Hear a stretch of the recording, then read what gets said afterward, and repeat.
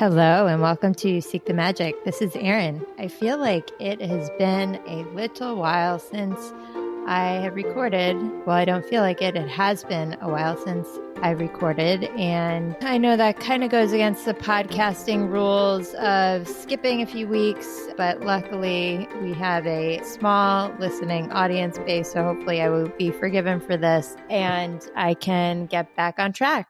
So since I last recorded, it was late August. So I skipped the month of September. And that is because I had a few different things happen. Number one, I very much injured myself by running too many miles too quickly, which is an act of hubris for sure, because my knees, even though my mind was very excited to get back to running, my knees said, I don't think so. And they got inflamed and it made it hard for me to walk for a few weeks. And so that immobilized me a little bit. And then my son got sick twice, 1 week, and then better another week, and then sick another week. And then he passed it on to me and my daughter. Luckily, my husband didn't get it, but the whole family was sort of down for the count. So a few things. Number one, I am very thankful that while we were sick, I have family to help out. And my mom was an amazing support during both my knee being injured and when I got sick, or when my son had to stay home, because she stayed home and cared for him so I could continue to work. And also she helped with the kids because my knees hurt so much. I literally had a hard time picking them up for a long extended periods of time, especially going up and down the stairs. And so she actually said to me, because I was trying to still do this all myself, and she said, I think you need to give your knees a rest for actually picking up your children, and that will probably help you get better. And I said, I think you're right. And so as a result, I did stop picking them up to go up and down the stairs. And that actually turned out to be a turning point in my knees not constantly literally hurting with every step. And right now I am sitting here free of knee pain, thankfully, after like 3 weeks. And I do want to run again, but I need to figure out how to approach it less aggressively than I like to, because my mind, which again, I'll get back to the ego mind, thinks, yes, I want to run and I can just do it, and avoids thinking about the natural strategic build-up strategy that runners have, which is, if you haven't run in a while, then you should probably run every other day. You should only run 3 or 4 miles. I happen to, at the end of the month of August, run 5 miles or almost 5 miles 2 days in a row. And that just, anchored my knees. So a few things, just in addition to being grateful for the support that I had from my mom and my family in helping recover, I'm also very grateful for my knees and my health and my mobility in general, because with having something that hurts for every step you take, it reminds me that these joints, these functions of our bodies that we don't necessarily think about all the time are so important. And because they don't hurt, we can take them for granted. And this time period of knee inflammation really showed me what a major impact that has on my life. And when not injured and healthy, it enables me to do many things. And I'm just very grateful for that. The other item, or the main theme that I wanted to talk about today, is surrender, and how surrender can be very important. And I think this is a theme for me probably this fall. And I would say this is a general part of the spiritual practice, but I think this will be a highlight focus for me because of what this, knee injury incident brought up, with just causing immobility. And literally when I first got hurt, I thought, okay, this is just going to get better. And I didn't, I stopped running because I literally couldn't run, but I still, tried to do everything else normally in terms of, picking up my kids, going up and down the stairs, all that. And it made the injury worse. And I tried to power through it. And it wasn't until my mom had a suggestion that was like, you should probably stop lifting the children so much, and that will help you. And when I finally, reflected on that, accepted additional help, really asked for more help from things that I had previously just done as part of my normal schedule and responsibilities, once that happened, my knees started getting better. And so I think that that is an important sign. And what I am taking away from that is accept help. And, surrender is a good way to think about that. Just accept what is now and take steps to rest and recover. So anyway, that is the topic of the day. And I think that surrender relates to seeking magic in the everyday, because although the term seems like, giving up and giving up power, really what you're doing is you're opening up yourself to more possibilities. And that is what I found, alternate by accepting help, by stopping, by stepping back. It allowed me to rest and recover and think about alternate ways to get better, doing more meditation, really focusing on breathwork on a daily basis. And I think that it could be seen as a message from the universe as I, tried to get back on the active track with running, to not run fast, but to slow down and to really focus on mindfulness, patience, and trust. And it was very hard to not to trust in the universe, because when I had so much pain, I was like, why is this happening? I don't have the time for this. And then also it happened when part of the reason why I ran 2 days in a row is because we were going to Washington, D.C. to see Bruce Springsteen in concert, which I was thrilled about. And I thought, I absolutely want to run in the nation's capital and, enjoy the beautiful monuments and really appreciate it that way. So I ran the weekend before to sort of ramp up quickly so I could run in DC. And what that did instead is it really slowed me down. And it meant when we went to DC, we walked around a little bit, but by the end of the trip, I was in more pain because we tried to walk around. And although I didn't get to run around and we still saw beautiful sights, it was still a stress on my legs. So anyway, that was a surrender. Meant that the trip didn't go exactly how I expected. However, I am here to report that the Bruce Springsteen concert was absolutely amazing. And I haven't seen him in concert since 2008, and it was a 3.5-hour concert. And we got there at 7:30 thinking the concert's not going to start till like way later. Who's the opener or whatever? And we were standing in line, and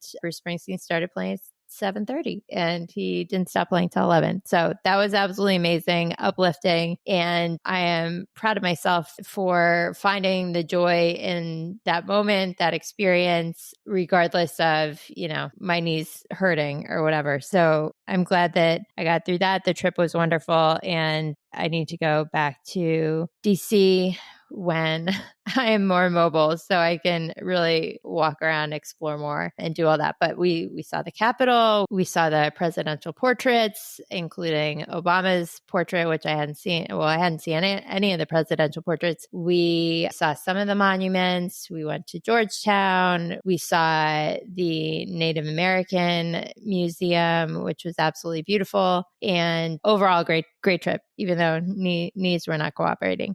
So I think one of the key messages in surrender in this case is, number one, falling back into trust. And I say that as falling back because when I think about trust and focus my mind and heart on it, it is more of a relief and a step back as opposed to a think through it, process and verify, which is very much a action of the logical mind, of the ego. And trust is really stepping back, realizing that you are only one part of this overall creation, story, journey. And while we play a part, we are not the whole picture, and we actually probably have less influence, and especially our egos have less influence than we would like to think. So stepping back and trusting is certainly a part of a spiritual practice. I think it is a gift and a form. It can lead to finding joy and magic because by trusting, you lead yourself to be open to more possibilities and to think about different pathways forward. and to also think about what messages is the universe sending, and or what lessons can you take from what you are facing in your life at the moment. It helps you release attachments. So, I thought I was going to run around DC for 3 days and have a wonderful time and walk and see every single site. And that just didn't happen. And that's okay. And when I got back and I, asked for help to, do some of the things I mainly did with my kids, it was beautiful to see the support and help of others and sort of change how some things were done, which was a benefit for our kids because they got more engagement with, different people that were helping us, and also was a change of how we were doing things. And I think that makes a big difference overall. And then larger picture, even though this particular incident, I haven't found the divine timing meaning yet, but I do believe in divine timing and thinking about what things happen when. So I think that's an element of surrendering that is important. So while a big incident can cause us to, or can really help us confront surrender, as this did in the example of my injury, I think every day we can practice elements of this and incorporate it into our lives. So whether you get up in the morning or if you meditate, this is a moment to think about and remember the art of surrender, and to tell the ego to take a back seat to what is going on, or not to take complete control. Another aspect of surrender that I think about daily is how it relates to responding and not reacting. This is part of not letting our emotion take the lead and drive where we are and what we do. Recognize that when something happens, we will have a reaction to it. And it's important to acknowledge that reaction, but then to also give it space between what is happening and how we process it, how we take action and move forward. So I think this is a huge gift. And, this is certainly a part of different spiritual traditions, responding and not reacting, and then also cognitive behavioral therapy as well, just taking and giving space and not letting the emotion ride us. And it's important to process the emotion, but not let the emotion and the story attached to it loop around and around and around. And that's really hard because our egos like that. They like to try to solve the problem. They like to try to fix and move in the direction that they want to go in. But it doesn't benefit us overall. It keeps us stuck. And definitely it's not good to necessarily be in emotions of frustration and anger for a long period of time. It's important to acknowledge those emotions and feel them. But literally, to fully process an emotion, it takes 90 seconds, according to some source that I don't have at my fingertips right now, but I will try to find it. But then it's gone, as opposed to stuffing it down or having it linger in the back of your mind or attaching it to a story and just keeping it in your head. That leads to less than ideal outcomes for many different situations.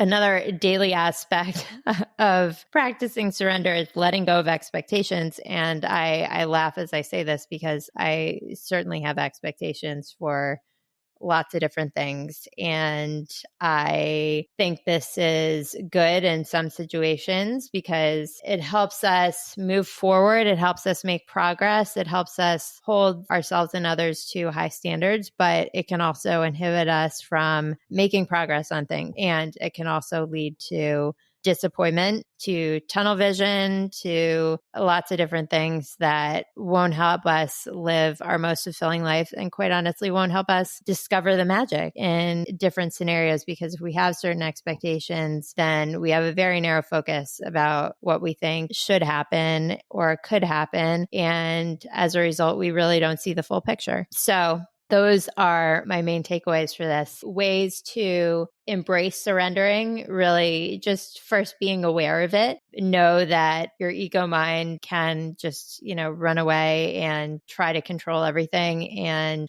get you in a negative loop. So being aware of that is really the first step to making incremental improvements and taking a breath and letting the universe sort of lead the way. Speaking of breath, I've talked about breath work before on this podcast, and this was certainly a big part of my recovery in the knee situation, in that I couldn't do as much as I normally could working out wise, and I would get frustrated. And so I did really take moments to fall back on breath work, whether it be in morning meditation or just taking a few minutes. And my default is breathing in for a count of 3 and then breathing out for a count of 6 and doing that for 2 to 3 minutes. And what that does is breathing out for longer in your exhale, then breathing in activates your parasympathetic nervous system. So it makes you more calm. It tells your body you're safe, and it helps create heart-brain coherence, which means that your heart and your mind are working together, and that minimizes the ego, right brain taking away everything, and it activates more of your true essence.